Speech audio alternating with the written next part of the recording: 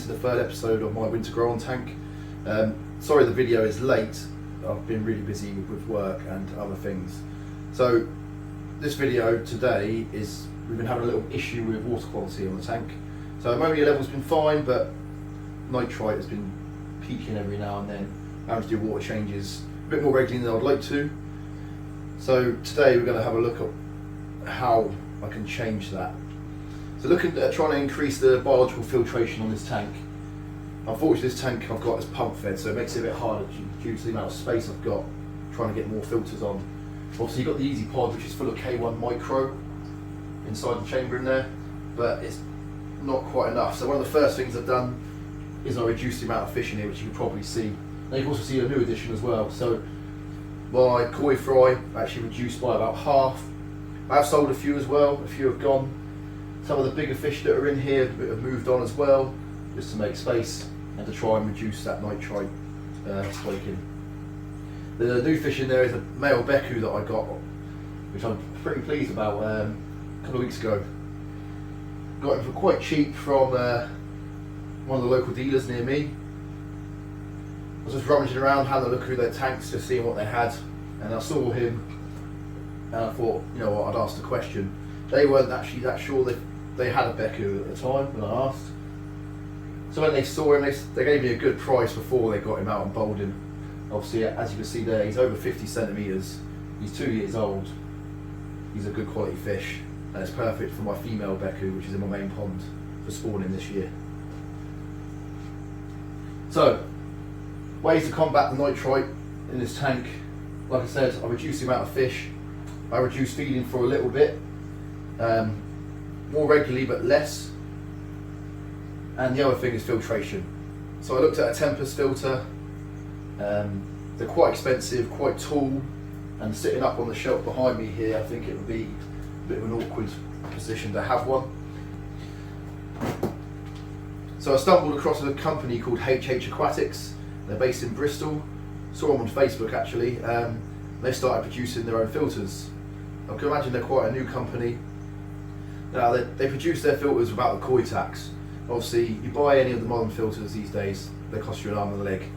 A lot of people make their own customised, own homemade filters, and this is very similar to that. But these are cheap without a hassle of having to go and buy the parts, source the parts and make it yourself. So it comes in two parts that I chose to buy. So the first one, as you can see, it looks like a homemade box. Got the lid, and on top there's a bit of foam and it's full of K1 media, micro. Now you put an air stone in there, you've got a moving bed.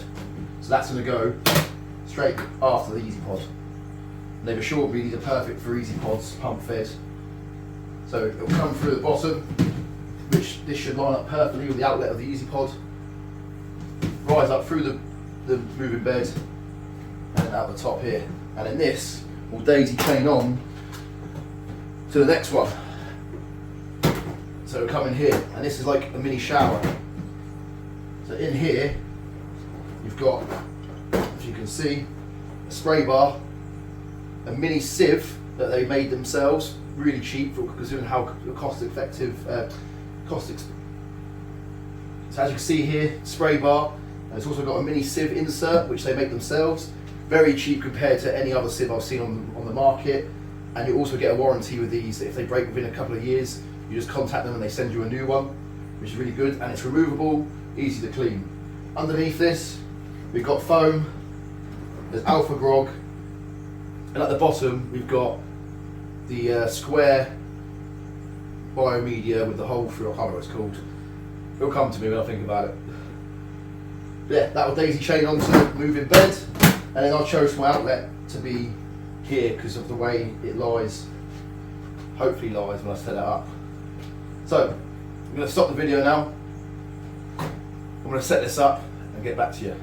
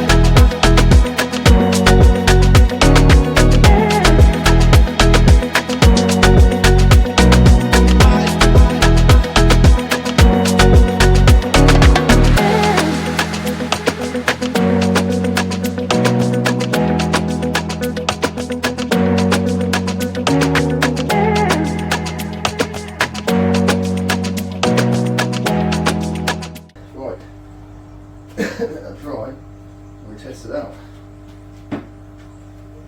So, as you can see, I had to extend the workbench a bit to fit it all on, but it's all together now. We'll let the solvent wheel dry a little bit, and then we're going to test it out. And hopefully, no leaks. And hopefully, it works well. So, there's the Easy Pod. Ignore the towel, that's where I had to try and mop up the mess that I made. As you can just see, there's a valve at the back that's probably 3/4 closed to slow down the flow. But then into the first one, obviously this will be a moving bed when I put an air stone in, but as you can see it's full of micro K1. That comes through the bottom there, up, through, and it comes to this one here. So as you can see, got a makeshift sieve. It's doing quite well, collecting all the little bits of crap that's in there already. It's only been running about 10 minutes. I'm going to try and increase the flow a little bit once I'm happy, because I'm not sure if my inline heater will work with the flow this slow, but we'll find out. But it's warming up anyway, so the heater will be coming off soon. But yeah, we'll see. But I think that looks doing a good job. Obviously clean that out daily, and hopefully the murky water, let's look at all the floaty bits. Obviously there's a lot in there at the moment because I've disturbed it quite a bit, but hopefully all that crap will get taken up by the filter. We're not going to measure them today because I've spent a lot of time out here. My wife's going angry at me, but I'll try and do another one next week to get them out and measure them and see how they're doing. So that's it for today's episode of Chaotic Coin. Obviously we didn't get them out to measure them, but hopefully I'll release a new episode next week. We'll get them out and measure them and see how they've done over the last couple of months. But as you can see, hopefully my new filtration system that I've got, like I said, it's from HH Classics. You see the little symbol logo there. Hopefully with that it should reduce the nitrite back down to zero. Obviously poor water quality does stunt growth, and although I haven't measured them yet, you can sort of see it slowed down, and that's one of the reasons why poor water was sorted. So hopefully this will do the trick and get back on track for seeing some growth. Don't forget to like this video and subscribe. And if you haven't seen the other 2 episodes, they're on my page as well, go check them out. Now it's coming up to springtime, I hope to do a lot more episodes. I've got spawning planned, try and get 3 spawnings to try and do this year. Hopefully get a shower spawning, a Chagoi spawning and a Beckel spawning, so that's what I'm looking to do this year. So I hope, fingers crossed, if it goes well. So make sure you follow, subscribe, like, whatever it is, to get updates on it. Thank you.